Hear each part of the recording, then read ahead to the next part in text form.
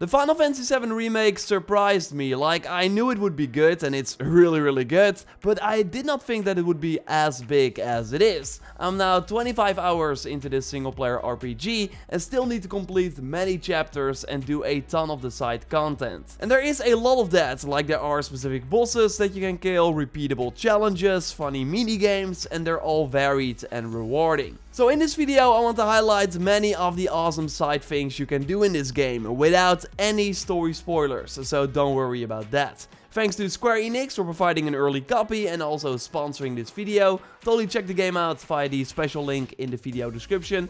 A like would be super appreciated. And let's go. The Final Fantasy VII Remake is in some parts very story driven. You will sometimes be exploring Midgar alone, but mostly with one or more party members that are good to love as the game went on. And sure, I already knew them from the original, but in the remake you spent even more time with these characters. And sure, the many high quality cutscenes really help with some of the emotional and cinematic moments, but there are also extra missions in this remake that give the characters more background and tells you more about their life in the city. And what is actually cool is that also by playing the side content you get extra cutscenes and interactions with these characters. In some chapters you'll be going from point A to point B through the beautifully realized Midgar and see the big difference between the rich and the many poor parts of this steampunk city.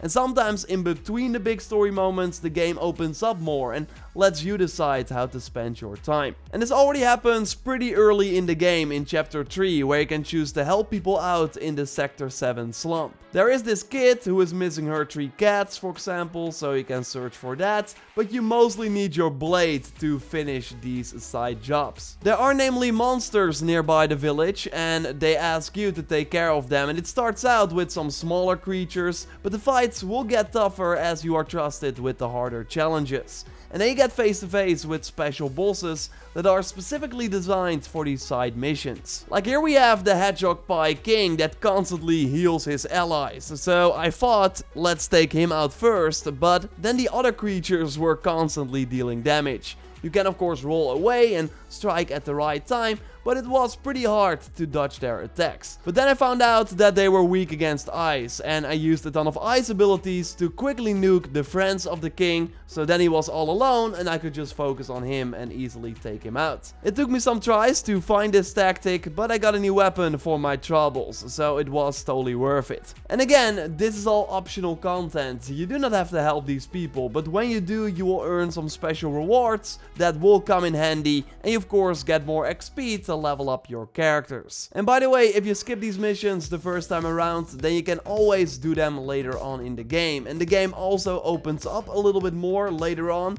so you can easily travel between the sectors of the city. And then return to the arena, for example, because yes, the arena is back. Square already confirmed this as well, and it has many challenges that we can do over and over again. And if you follow the channel for a while, then you might know that I really like arenas in games, because it's all about combat in a small area, and you face different enemy factions together that would normally not fight alongside each other. And there are, by the way, a ton of different enemies that you can encounter. I now got 108 of them in my enemy intel, and they appear in this menu after killing them once. So there are likely even more enemies that I haven't discovered yet.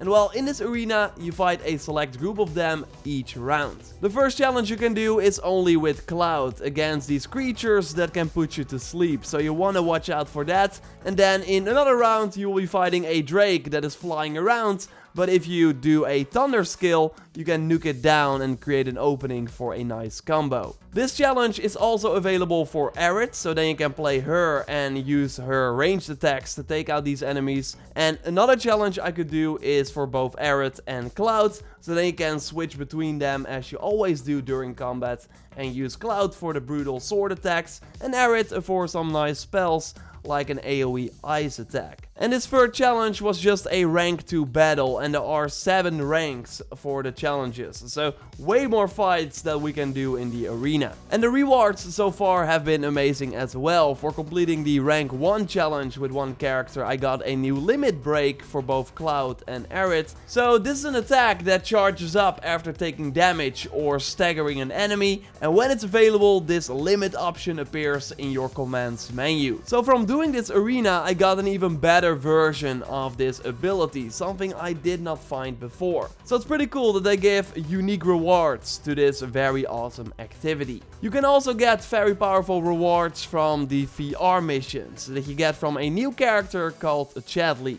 He will be showing up in multiple cities, and by analyzing enemies and gathering intel, he can give you new materia. So new spells that cost MP to perform, or passive abilities that are active when you equip the materia. A very cool one that I just got is called Enemy Skill Materia, that was also in the original and lets you steal an enemy skill that you can then use as well. Very cool, can't wait to try it. And also very cool are the summon abilities that you are likely familiar with, right? So with this you can summon familiar characters from the Final Fantasy universe to help you out in combat. You unlock one very early in the main story, and then you have to search for more. And one way to get them is by completing special VR missions against the summons themselves. So if you want to summon the Ice Elemental Shiva, then you have to beat her first in a VR arena, and these fights are tough and really a ton of fun. You have to dodge all her ice attacks and block the incoming projectiles with your blades, and fire is really your best friend. This will drop her down, so you can deal some nice damage, and at one point you will also be able to use a summon. So then you have one massive summon fighting the other. It's still a tough fight though, and I was happy when I finally defeated her. And again, the reward is worth it, because now the next time you are in battle, you can have a Shiva show up on your side and have her use her abilities against your enemies instead of you. It's a really fun feature, and I don't want to give away the other battles in VR because they are just too much fun, so I want you to figure them out yourself. And speaking of fun, there are also some non-combat activities, like facing off against some athletes by doing squats.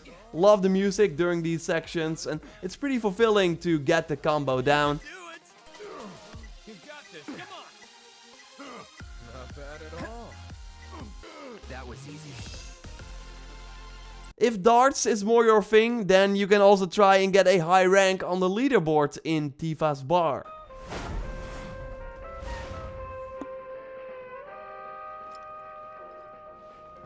Or smash on boxes and try and get as many points as possible. Trophies are linked to these activities, but you will also get some good items for your effort. And there's really a ton of min-maxing going on if you are down for it, with different equipment, materia, and also weapon abilities that you can unlock. Every weapon namely has an ability linked to them, and by using that weapon and that ability, you can also unlock it for use with other weapons. So you will always be trying out the new equipment you just got to at least unlock that skill, and maybe you will find that that baseball bat that obviously plays different from your sword is actually not that bad. That's at least my experience, because it's pretty fun to smash some things. Every weapon also has their own skill line with different attributes, like extra attack power or defense, or even special perks that you can unlock. So you can also build these weapons around the playstyle you prefer for that character. And again, that will be needed during the boss fights that you encounter in the main game, but also during the side missions. Level 50 seems to be the max level, and after 25 hours I'm level 25 with my party. Square already promised some endgame content comparable to the other numbered Final Fantasy games. And there's also a chapter select function that unlocks after completing the game, so then you can replay the chapters and get missing items or trophies that you did not get the first time around. If you want more of a challenge, then there's also a hard difficulty that unlocks later. I will totally be replaying the game on this harder difficulty, while the early chapters are not that hard. Especially the side encounters can get challenging in the middle of the game, so I can't wait to complete them on a harder difficulty. Just like the harder arena challenges, yes, I can totally see myself spend another 50 hours with this game, if it's not more. So I want to jump back in, I want to continue my adventure with these characters and maybe complete more VR missions and the other challenges.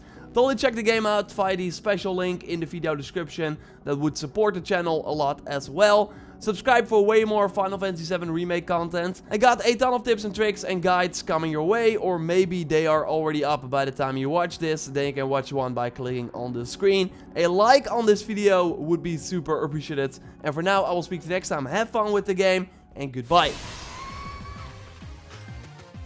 Gotta keep going.